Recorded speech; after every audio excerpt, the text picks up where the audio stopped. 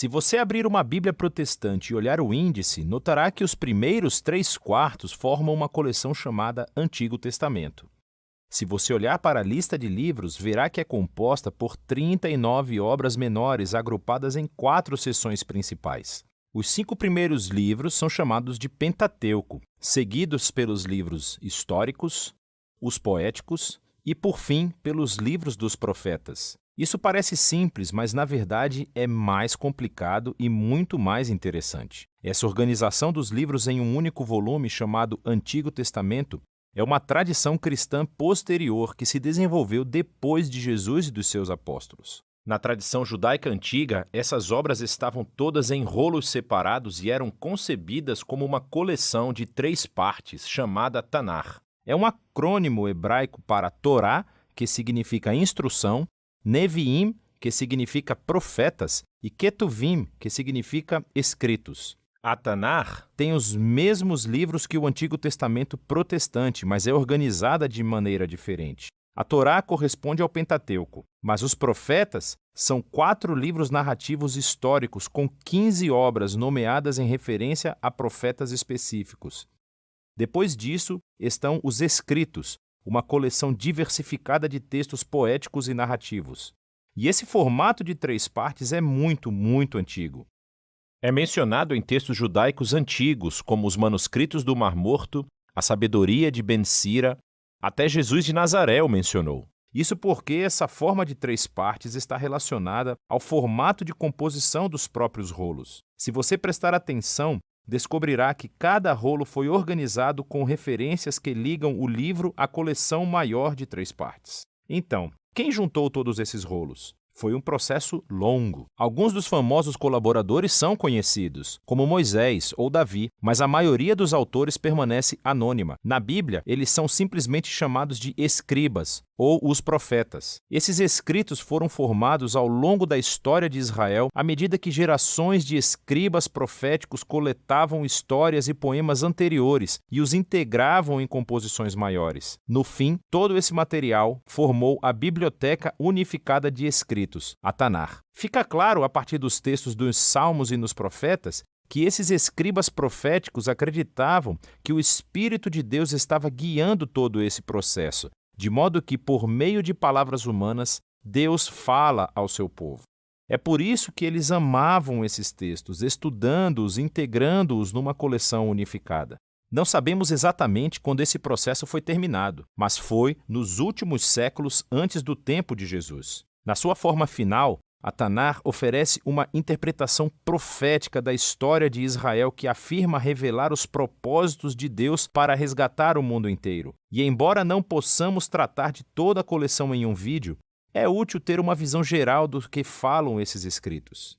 A Torá começa com Deus criando e abençoando um importante pedaço de terra, o nosso mundo. E Deus o confia a uma criatura que reflete a imagem divina, humano, ou em hebraico, Adam. Deus escolhe a humanidade para governar o mundo como reis e rainhas da criação. E a pergunta é se eles confiarão na sabedoria de Deus para discernir o bem e o mal, ou se vão preferir ser autônomos para definir o bem e o mal para si mesmos. Mas há outra criatura com os humanos. Uma serpente misteriosa. Ela está em rebelião contra o Criador e seduz os seres humanos a se rebelarem de forma tola contra a generosidade de Deus. Como resultado, a humanidade é separada de sua fonte divina de vida e exilada de um jardim de bênção para morrer em um deserto perigoso. A partir daí, a humanidade continua se espalhando e redefinindo o bem e o mal, e as coisas logo vão de mal a pior. Eles constroem cidades atormentadas por violência e opressão, o que aponta para a fundação de uma cidade chamada Babilônia, onde as pessoas se colocam no lugar de Deus. E agora, o conflito básico do enredo da Bíblia está definido.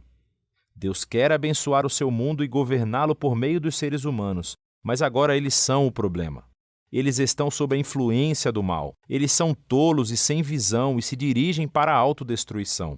E isso é tudo uma preparação para a solução de Deus. Precisamos de um novo tipo de ser humano. Então Deus promete que um novo ser humano virá e não vai ceder à serpente. Na verdade, ele vai esmagá-la e será esmagado por ela. A partir daqui, a história traça a linhagem prometida a um homem e uma mulher, Abraão e Sara. Deus confia a eles a mesma bênção divina dada à humanidade na primeira página. Assim, eles deixam a Babilônia para uma nova terra, que é como um jardim, que Deus promete dar à sua família. O que segue é a história da família de Abraão. 3 gerações, Abraão, Isaque e Jacó, seguido por 12 filhos. E temos bastante esperança, até que nos deparamos com a história super disfuncional e destrutiva da família deles. Eles mentem, traem, quase matam uns aos outros, sem mencionar os escândalos sexuais. Mas o que você esperava depois da história do jardim? Eles são humanos. Por fim, a família de Abraão acaba sendo exilada no Egito. Todas essas falhas da família de Abraão formam um pano de fundo sombrio para os poucos momentos de brilho na história. Deus segue comprometido com essas pessoas. Ele até faz uma promessa eterna a eles, chamada de aliança, de que vai resgatar e abençoar toda a humanidade por meio deles. Não fica claro como exatamente ele fará isso. Mas a família de Abraão está no auge quando deixa seus esquemas egoístas e confia na promessa de Deus com uma fé radical. A partir daqui, a família cresce, eles acabam sendo escravizados no Egito e somos apresentados a outro personagem principal da Torá, Moisés. Deus o levanta para resgatar os israelitas e levá-los para um monte, onde todos são convidados a um relacionamento de aliança com Deus. Eles recebem 613 termos do relacionamento, diretrizes para se tornarem novos tipos de seres humanos, que vão representar fielmente Deus para o mundo. E Moisés é o mediador desse acordo, porque ele é incrível. Ele é o grande profeta que fala a palavra de Deus a Israel. Ele é um sacerdote que os representa diante de Deus. E ele é até chamado de rei, líder de Israel e libertador na hora da necessidade. Mas, à medida que a Torá avança, os israelitas erram feio. Eles violam a aliança e até Moisés se rebela contra Deus. Na verdade, a Torá termina com Moisés prevendo que o fracasso de Israel vai continuar ao entrarem na terra prometida e eles vão acabar no exílio de novo. Mas ele tem esperança de que Deus cumprirá sua promessa de resgatar Israel. Um dia, ele cobrirá as falhas deles. Ele curará seus corações egoístas para que possam realmente amar a Deus e viver. E então Moisés morre. E as frases finais do rolo da Torá são surpreendentes. Elas avançam no tempo e então ouvimos os escribas proféticos que deram forma a Tanar. Eles refletem sobre a história de Moisés a partir do seu ponto de vista e nos contam que nunca mais na história de Israel surgiu um profeta como Moisés. Cara, eu queria que o outro profeta, sacerdote rei como ele aparecesse. E com isso vamos para Neviim. Ele tem 2 subcoleções. Primeiro, os antigos profetas. 4 narrativas sobre a história de Israel na Terra Prometida contadas na perspectiva posterior dos profetas. As coisas começam muito bem com a liderança de Josué.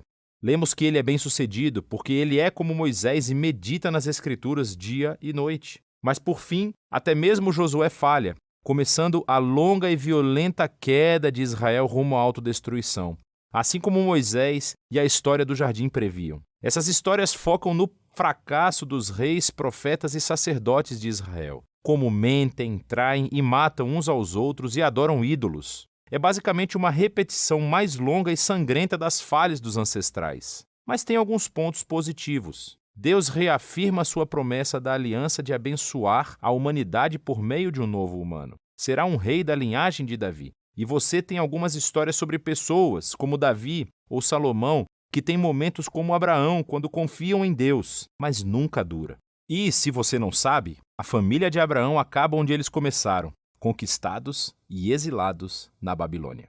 Mas lembre que toda essa história está sendo contada da perspectiva posterior dos profetas, e eles sabem que o exílio não é o fim. Então eles organizam essas histórias do passado de Israel como guias para a sua esperança futura. Quando Deus resgatar o seu povo da Babilônia, ele vai enviar aquele novo rei, que será como Moisés, Davi e Salomão nos seus melhores dias. Na verdade, é disso que se trata a segunda parte de Neviim, os últimos profetas. Há 3 obras grandes e 12 menores conectadas a profetas específicos. E esse formato lembra intencionalmente os 3 mais 12 antepassados de Gênesis, cujas histórias de fracasso contêm as sementes da esperança futura.